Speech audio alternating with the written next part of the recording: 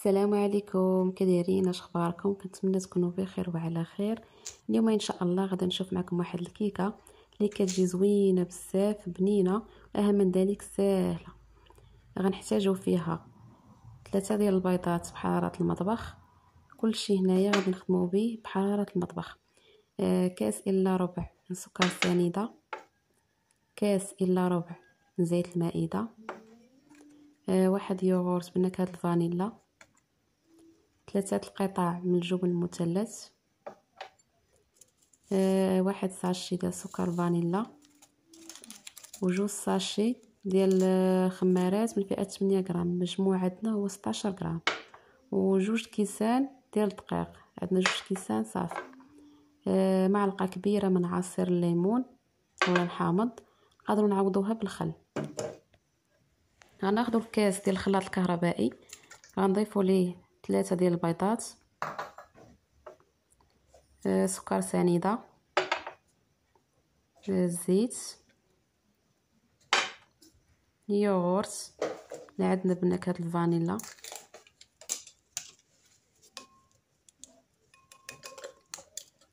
من بعد غنضيف قطع ديال الجبن المثلث،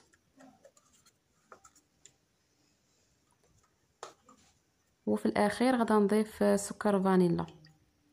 غادي ناخذ هاد العناصر اللي عندي، غادي نطحنها مزيان في الخلاط حتى يذوب لينا هذاك السكر ويندمج لينا هاد العناصر، وما نبقاوش نلقاو دوك الحبيبات ديال الجبن.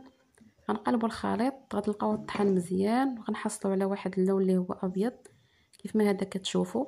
يكون القوام ديالو شويه ثقيل، ماشي ثقيل بزاف، غيكون خفيف ولكن ماشي جاري، يكون شويه كيف ما كتشوفوا هنايا في الفيديو. صافي غادي ناخذ هاد الخليط، غادي نفرغه في واحد الاناء. غنحاولوا اننا نفرغوا الخليط اللي عندنا كامل، ما نخليوش شي حاجه في الكاس، باش نبقاو محافظين على المقاييس اللي عندنا ديال المقادير.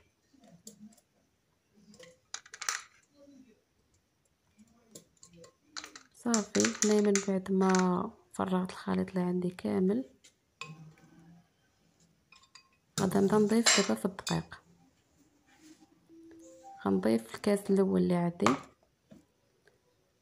غادي نضربو مزيان، غندخلو مزيان في الخليط كيف ما كتشوفوا.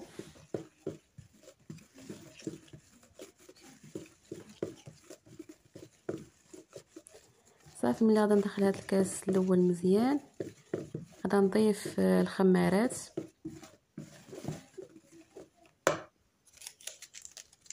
غنضيف هنا الخماره الاولى،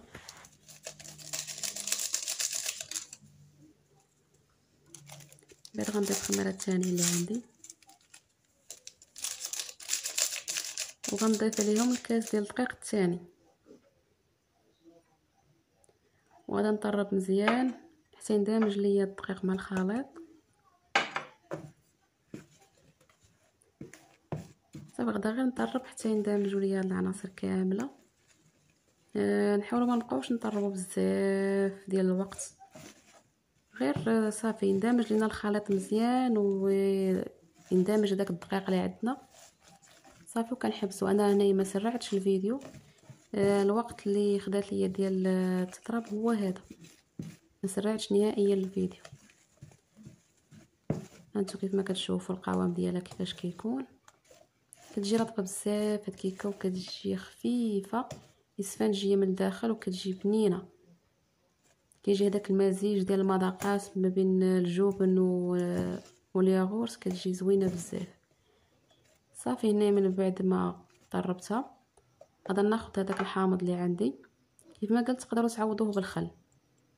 هاد الحامض اولا الخل كيخليها تجي رطبه بزاف، كتجي هشيشه، كيخليها تجي اسفنجيه من الداخل. هانتو كيف ما كتشوفوا هذا هو القوام.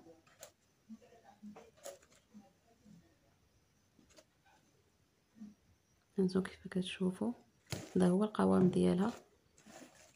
صافي بعد ما طربتها غادي ناخذ واحد المول، غنكون دهنته من قبل بالزيت اولا الزبده ورشيته مزيان بالدقيق. غنفرغ الخليط اللي عندي في هذا المول، من طبيعه الحال كونوا درنا الفران يسخن على عافيه اللي هي مهيله.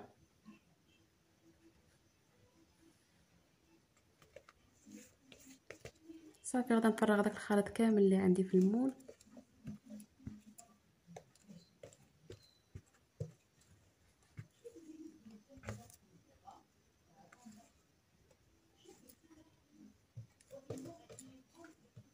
كيف ما كتشوفوا فرغنا الخليط كامل. غادي نحاول انني نقادها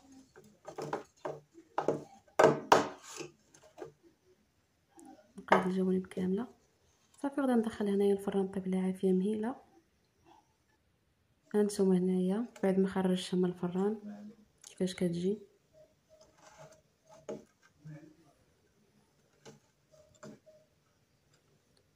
غادي نحاولوا انكم ما تديمونيوهاش وهي باقا سخونه، حيدوها من المول تتبرد شويه حيت كتكون رطبه باش ما تفرتتش ليكم. صافي هنايا غادي نزينوها باش ما بغيتو. انا هنا غادي نزينها بكاوكاو مهرمش والكوك. غندهنها بشويه ديال العسل. دهنوها باش ما بغيتو باللي متوفر عندكم العسل او المربى او الناباج، وزينوها باش ما بغيتو. انا هنا غندهنها مزيان بالعسل وغنزينها بالكاوكاو والكوك. غنحاول انني ندهنها مزيان باش ما يطيحش ليا داك الكاوكاو اولا الكوك يبقى لاصق. باش ما يطيحش ليا داك الكاوكاو اولا الكوك يبقى لاصق.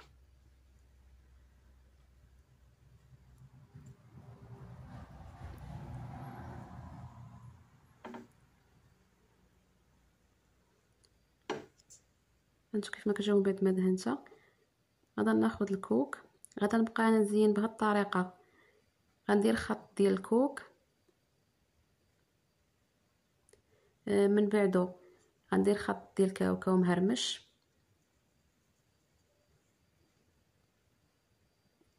صافي غادا نكمل بحال هكا خط كوك خط كاوكاو مهرمش خط كوك حتى كنكملها.